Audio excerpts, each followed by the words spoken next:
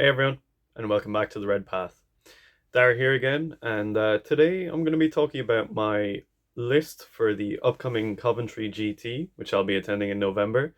Sort of how it's kind of come to where it is right now, what I think about it, my general tactics and stuff. Basically, it's just an update on my current competitive stance with the world leaders and sort of where I think it's going to be going, in the near-term future. So yeah, sit back, grab yourselves a brew, and let's dive into this one.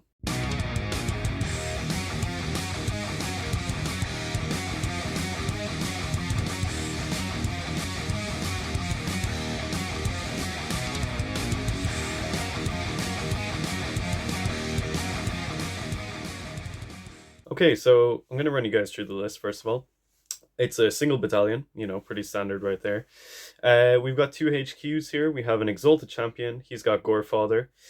He's probably going to be my Warlord. Haven't fully settled on that yet, and I think I'm going to be giving him the Flames of Spite Warlord trait. So essentially, what that means is that when he rolls 6 pluses to wounds, you get an additional mortal wounds. This combos quite nicely with Gorefather because when you roll a 6, that means you're going to get 4 mortal wounds. And if you put veterans on him as well, he's going to get a mortal wound on 5s, and then obviously the full complement on 6s too, just because Flames of Spite is an old warlord trait, so it kind of stacks in that weird way. As well as him, we have our Dark Apostle. He's got his 2 Dark Disciples with him as usual. Now, I haven't fully decided if I'm going to give the Apostle the Banner of Rage. I would say I probably will. I need to play a couple of games without it to see kind of how it goes, because it's a pretty CP intensive list, as you'll see.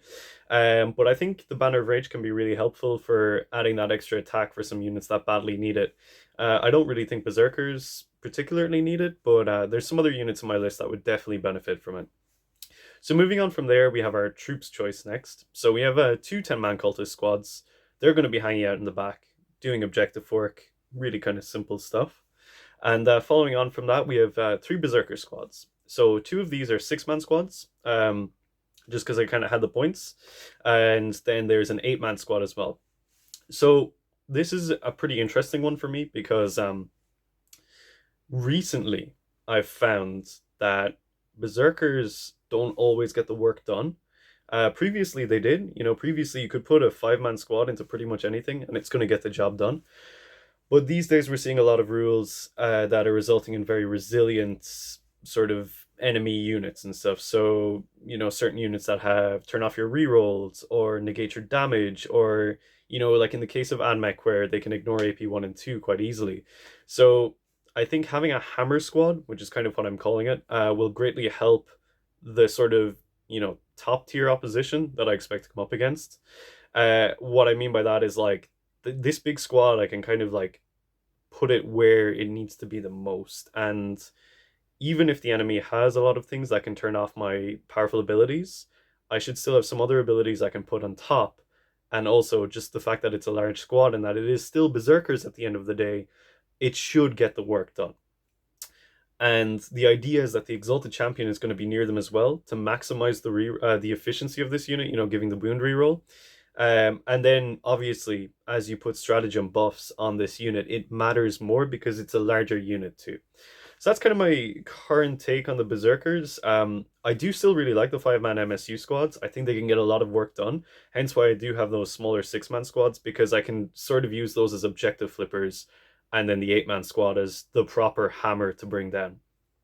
So that's my troops. We got 5 choices there. So cultists in the back doing their retrieve, doing engage, just hanging out, having a great time. And then obviously the Berserkers moving up the board and getting the main work done. We move on to our elite slot now. This is sort of my favorite part of the list. So we have 3 Leviathan dreadnoughts, and they all have Gravflux Bombards, a Siege Drill, and the Volkite. These guys are really good. I mean, like, I've talked about them a lot before. I think the Leviathan transitioned from 8th to 9th in a really interesting way, where essentially completely changed roles from being what was essentially a small knight in 8th edition to what it probably should be in 9th, which is a siege dreadnought. I think they're incredibly resilient. 14 wounds, toughness 7, 2 up save, and they have the -1 damage as well. For 1 CP, you can make one of them -1 to hit. They're tough to get through, and 3 of them is really tough to get through. You know, it's going to be quite difficult for my opponent to deal with the fact that there's these three lumbering behemoths moving up the board, and the idea is they will probably hang out in that mid-board area and just contest it. I'm pretty sure probably in most games two of them will die, and that's totally fine. And when it comes to the weapon loadout, obviously all of us here know that Volkite is exceptional. It's a really, really good weapon.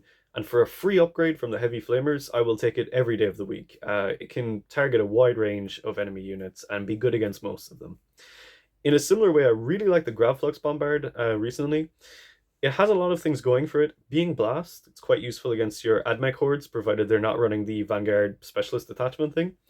It's really good against Marines because it's sort of almost designed to kill Marines, given that like when you have a 3-up save, it gets, you know, more dangerous and better damage, all that kind of stuff. It has high AP and an okay number of shots at 2d3. It's probably the only thing I don't like about it is the number of shots. But what I've found in my test game so far, when I typically ran 2 Leviathans, is that those guns are really, really powerful, especially going up against Space Marines. Like, it will just harvest them. So I kind of, you know, I was sitting down with my good friend there the last day, and we were talking about my list after the game, and he was kind of saying, why don't you just bring a third Leviathan? Because they're really good, you know, they're really impressive on the board. And I was like, you know what, maybe you're probably right.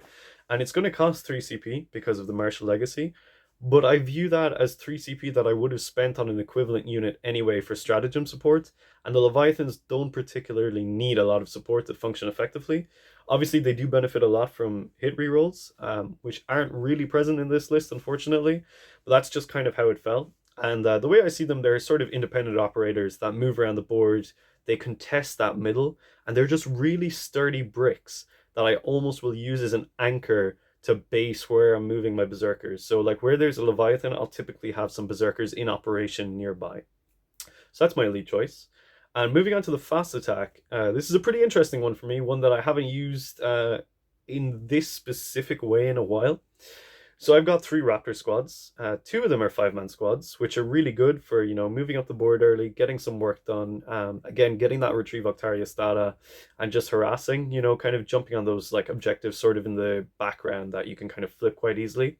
And then we have a big 10-man squad, which has 3 Meltaguns in it. So 2 Meltaguns on the guys and a Combi Melt on the Sarge. I got to shout out Mark of Khorne for this. So Mark, if you're listening, thank you again for all the advice. And there was a couple of other folks in the chat as well. I know False in the Discord was really pushing these towards me. So they were kind of saying Warp Talons as an initial early threat, you know, kind of shove them into the enemy lines and force the enemy to have to deal with them. And I do agree that Warp Talons are good in that role, but my list really needed a cheaper unit to do the same thing. So I kind of settled on the Raptors. Obviously, Raptors are cheap and efficient, but, you know, as we all know, when they're world leaders, they're infinitely more efficient with the extra attack and all the stratagem support that comes in the form of Wild Fury, Stoke the Nails, you know, all those good things. So basically, the idea with the Raptors is it's heavily kind of based off advice I was given from Mark, where you're going to be shoving these 3 squads up the board with Apoplectic Frenzy in the first turn. Now, obviously, if you don't go first, hopefully the terrain is decent and you can maneuver, kind of hide them, have them basically lurking so that if the enemy comes towards you, they know that there is this threat present. Obviously, if they have like heavy combat potential like that Drakari would have, it's a little bit different. You got to play that kind of differently. Basically, you'd have to use the Raptors as a bait, almost to draw the combat elements of the Dark Eldar out into somewhere that you want to engage them with your better forces in the next turn. But if it's something like AdMech, I can see this working really nicely where they charge into a big blob of Skitarii or into some vehicles like the Iron Striders early doors, tying those things up, doing some plink damage, and I don't particularly care if I lose them because they're cheap and they're designed to be lost. They're essentially a suicide unit that flies up the board, gets a little bit of work done, but primarily is just there to put pressure, get some early points, complete some little objective work, that kind of thing. So obviously with the Meltas then in the bigger squad, they can kind of crack open a vehicle. If I get a little bit lucky on the dice, obviously there's only 3 there, so the reliability isn't hectic. But I can envision it being that maybe 1 or 2 Meltas go through, do some damage on a tank, and then they charge in to finish the job. So I really kind of like them in this role. I haven't actually tried this specific build yet, and I'm really excited to. I think it's going to be very interesting, and it will certainly bide time for the slower elements of my army, which is the Leviathans, to move up, get into position, while the enemy's having to deal with this early threat. So I kind of like it in that sense. I think it really unites the list in a nice way. So then finishing it out, we have our dedicated transports, and you will all be completely unsurprised to hear that I am bringing two Terex pattern termite assault drills with Volkite. I don't need to tell you guys what these do, drill gang forever. We know them, we love them. I'm not going to bore you all with it, but essentially how it's going to operate, the two 6-man squads are inside in one, the 8-man squad and the Exalted Champion are inside in the other. Now, how I've generally played them in the past is that alongside each termite drill, I will have a Leviathan dreadnought. I clumped them before, the dreadnoughts that is, where they kind of operated together. But as I found, having that sort of threat overload in one single part of the board makes it really easy for fast armies like Drakari to move away from it and basically just make it so your Leviathans can never truly engage them. Since I started running a Leviathan alongside each drill, it's really helped my board presence overall, and since I don't really have any rerolls, I don't really care that the Leviathans aren't clumped together like that. Essentially, it means that I'll have these like mini theaters on the board where I'll have a group of berserkers, a drill, and a Leviathan, and another one, and then the Raptors somewhere else. They're all doing little bits of work. I don't have too many points tied up in a single sort of clump of guys.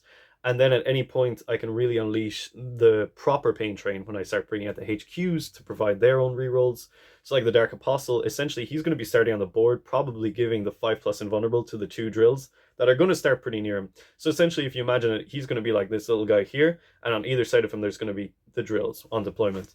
So they're going to be 5+ to start, which we know is like super, super important, especially when it comes to these single shot, really high damage weapons. The ability to mitigate 33% of that damage with a 5+ invulnerable save is huge. And it is really the biggest downside of the drills is that they don't have that invuln built in. So that's really why I'm bringing the Dark Apostle. So he's going to give that hopefully early doors. And then once the drills take off after that, it's kind of okay that he doesn't keep giving it to them.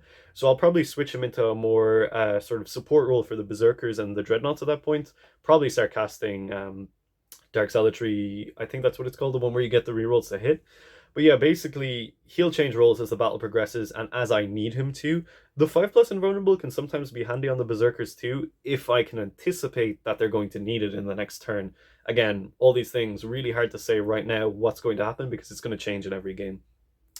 But yeah, essentially, that's the list. It functions in a brutally simple way, which is kind of like how I like to play 40k.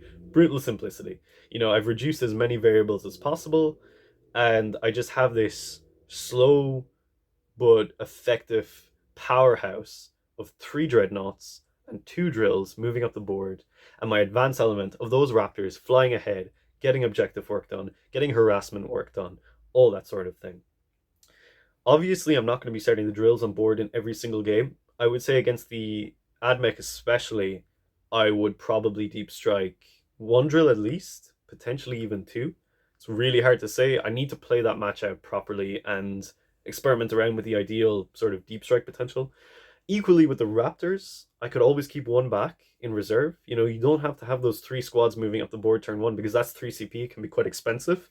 You don't always need that early board pressure, especially if one of those Raptor units just ends up getting traded out without you really gaining all that much. So sometimes it can be really useful to put them in reserve and strike them in on turn 2 or turn 3, get some Retrieve Octarius data, charge them onto an objective if they get lucky, sort of get that kind of flip work going.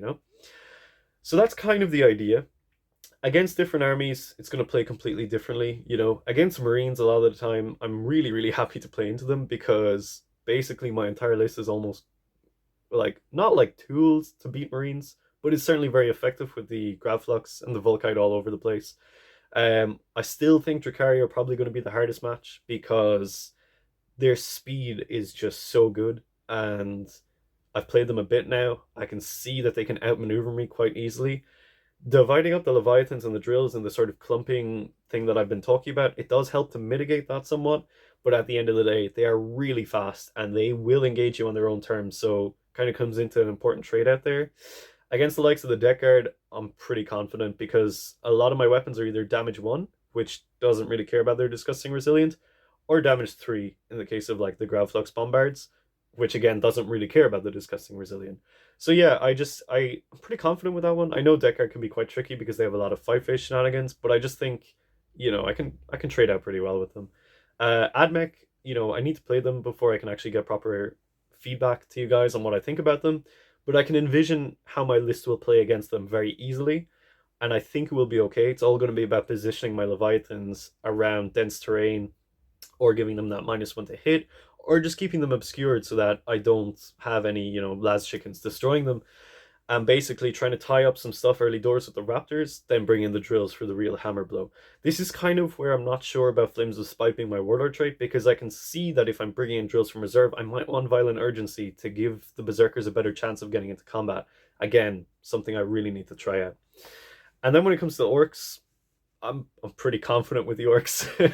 I've always been pretty good at playing against them. I kind of know how to trade out with them, where they're going to fall down. And I think even with the new codex, which is obviously quite good, they still kind of play the same into world leaders. Even with Snakebite boys, we're still going to kill a lot of them on average. If I can get that 10-man Raptor squad into a big boy squad early doors, I'm not going to destroy them all unless I spend an enormous amount of CP. But I can destroy a lot of them. I can take probably about 12 or so.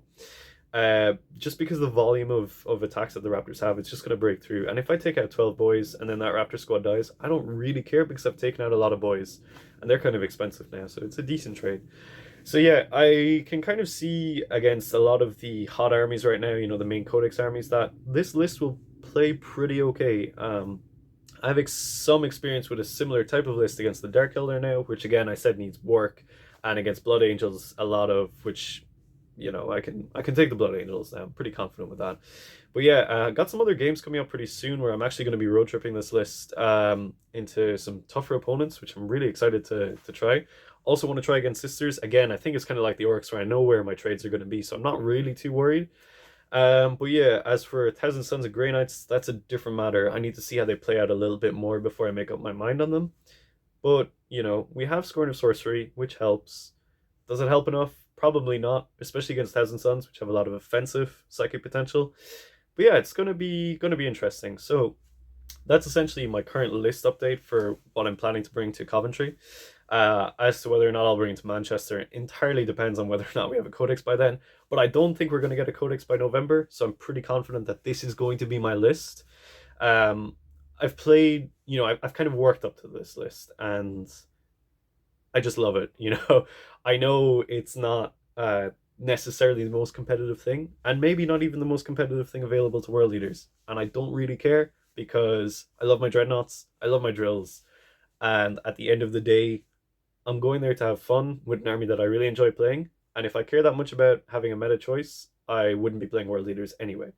So yeah, it's going to be a fun one. Obviously, I've still got a few months to practice before Coventry comes up, so the list may change again. I may hate the 3 Leviathans.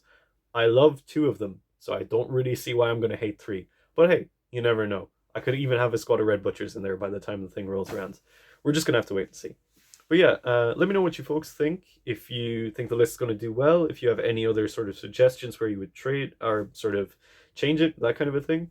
I'm curious to hear all of your feedback. And, we have that little Discord channel where I'm specifically talking about Coventry. Jamie has his own one for the LVO. I really enjoy engaging with you all in there. So seriously, to everyone who has contributed in there, my humble thanks. I have learned an awful lot from you guys, and like I always say in there, I might not initially agree with what you're telling, but I will always hear you out, and I'm always going to try it in some respect. And because of all those discussions I've been having is why I've recently brought in the Raptors, based on some suggestions and stuff. So yeah, thanks everyone. So yeah, that's pretty much it for me for this one. Just a quick update. Have a lot of games coming up soon. I might do another update after those. We're still in lockdown here in Ireland, so that kind of sucks. We don't really have any tournaments coming up. But as soon as they start popping up again, I'm going to be hitting those up immediately, testing out this list in the real world, so to speak. And yeah, we'll have more updates then. So until then, everyone, stay healthy, stay safe, and kill me in bird.